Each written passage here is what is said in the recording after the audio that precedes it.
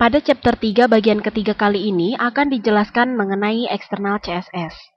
Apabila pada bagian sebelumnya telah dijelaskan mengenai internal CSS, di mana style CSS didefinisikan pada bagian tag head, maka dengan menggunakan eksternal CSS, kita dapat mendefinisikan style CSS di luar dari file.html yang telah kita buat. Di sini kita telah memiliki chapter 3.html yang kita buat sebelumnya. Apabila kita run, kemudian launch in Firefox, maka akan muncul halaman web yang telah kita buat. Sekarang, apabila kita ingin menambahkan bagian footer pada halaman chapter 3.html, maka jika kita ingin menggunakan eksternal CSS, maka kita perlu membuat satu file baru yang kita save as dan diberi nama style.css. Seperti ini, kemudian di save. Pada halaman kedua ini, kita dapat mendefinisikan berbagai style CSS yang akan diberikan pada halaman chapter 3.html. Misalnya, untuk baris terakhir, kita ingin membuat tulisan copyright dan copy MI11.2. Seperti ini. Kemudian kita save. Setelah itu kita refresh pada browser. Maka telah muncul tulisan copyright dan copy MI11.2 berwarna hitam. Untuk menambahkan style CSS dengan menggunakan eksternal, maka kita perlu memberikan ID, karena hanya digunakan sekali untuk bagian footer. Misalnya diberi nama ID-nya footer. Setelah itu kembali ke style CSS. Untuk mendeklarasikan ID, kita gunakan pagar. Kemudian diikuti nama ID-nya, footer seperti ini, diikuti kurung kurawal buka dan kurung kurawal tutup. Kemudian untuk mengubah warna, gunakan color, white. Kemudian font family untuk menentukan jenis tulisan, misalnya Arial. Setelah itu untuk menentukan size, font size, misalnya 16 pixel, seperti ini.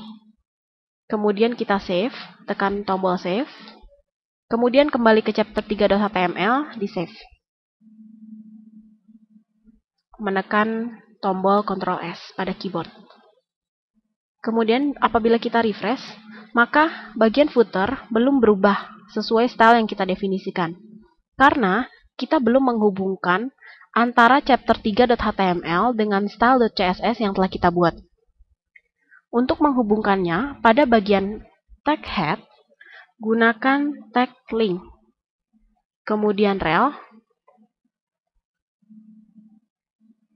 style sheet. Kemudian untuk mengetahui lokasi dari style.css, kita dapat menggunakan href seperti ini. Karena pada desktop saya menaruh style.css sejajar dengan chapter 3.html yang telah dibuat, maka di sini kita langsung mendeklarasikan nama filenya, style.css, seperti ini.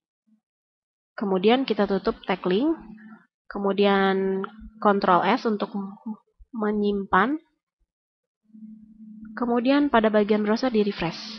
Maka tulisan telah berubah menjadi warna putih. Untuk membuat tulisan berada di tengah, maka pada style.css gunakan text align. Misalnya center, seperti ini. Maka tulisan akan berubah menjadi di tengah. untuk memberikan warna background, sama seperti sebelumnya, kita hanya perlu menambahkan background color. Seperti ini, di save, Ctrl S, kemudian F5 pada browser.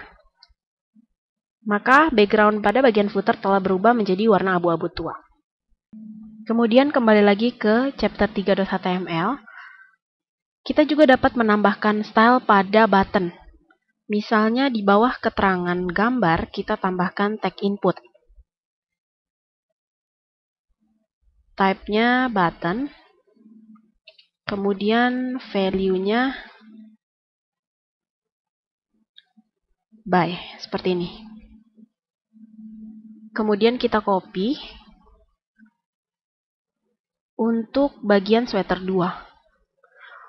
Untuk memberikan style, karena digunakan 2 kali, maka kita menggunakan kelas. Misalnya kita beri nama kelas BTN. Kemudian kita copy, Ctrl C, kita Ctrl V pada bagian sweater 2. Setelah itu kita Ctrl S. Dan untuk memberikan style pada button, kita kembali ke style.css. Karena menggunakan kelas, gunakan dot, kemudian btn, kurung kurawal buka dan kurung kurawal tutup. Kemudian untuk menentukan border, misalnya border width, ketebalan garisnya 2 pixel. Kemudian untuk memberikan warna, border color, misalnya aqua. Dan stylenya, border style solid, seperti ini.